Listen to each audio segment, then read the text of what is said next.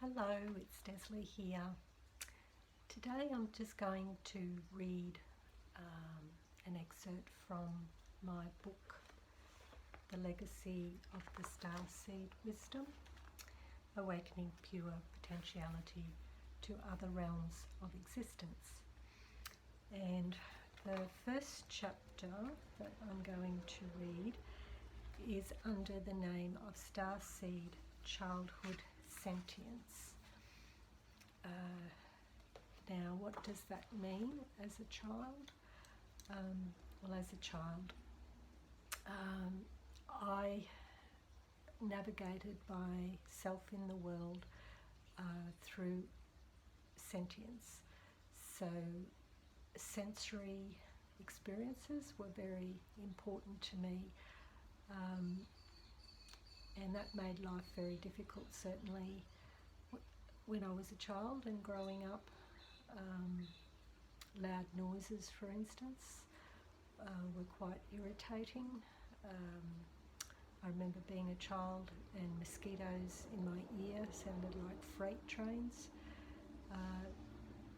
So anything that upset the senses would have me crying for hours.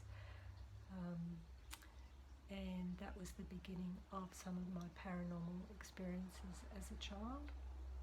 So I was born with those gifts of clairsentience, which is your clear feeling, clairvoyance, clairseeing, clairaudience, clear hearing, and claircognizance, which is clear thinking. My first paranormal experience was a man under the bed who, when I rolled onto my side and looked under my sister's bunk bed, there he was, all huddled up like he was trying to get warm. I used to stare at him intently as he placed cigarettes in his mouth and tried to play games with me. I found it all rather disturbing. Somehow I could telepathically understand what he was trying to communicate to me, but it scared the pants out of me, so I used to run through the house screaming that there was this man under the bed. It wasn't until years later that in conversation with my father I found that this man did indeed exist in another time. He was homeless and looking for somewhere to get warm, and had discovered the house, and whether it was through a stray cigarette or his attempt at lighting a fire, but he partially burnt the house down and died in the fire. So having this extrasensory abilities, the experience of taking in the world takes on a different feel, in that one experiences the totality of everything.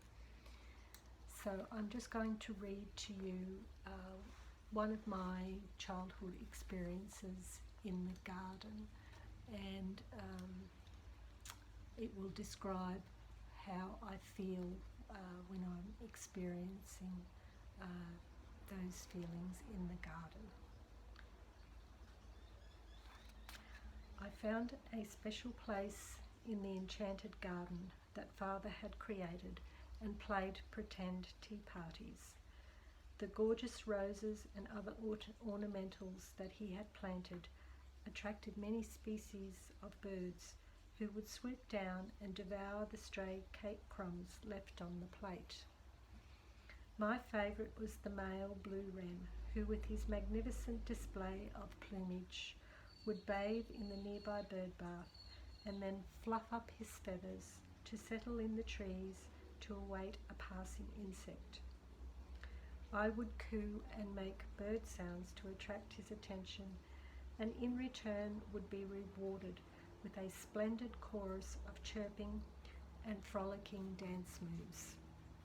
With an inquisitive stare, he would cock his head, inviting me to make eye contact. After a shower of rain, the sights and smells in the garden ignited my perception as I put on my raincoat and boots to welcome a spectacular rainbow. The freshness of the grass and the glistening dewdrops on the flower petals added to my experience. The sound of green tree frogs invigorated my soul, as did the crisp air and the sun glistening on the last of the raindrops as they evaporated like magic into another time and space. In autumn, as the green leaves turned to a patchwork of yellow, brown and red, I put on my warmest coat and hat and bounced through the heaps of vibrant hues. As I skipped, I would invite the leaves to dance with me as the wind lifted their crumbled shapes into the air.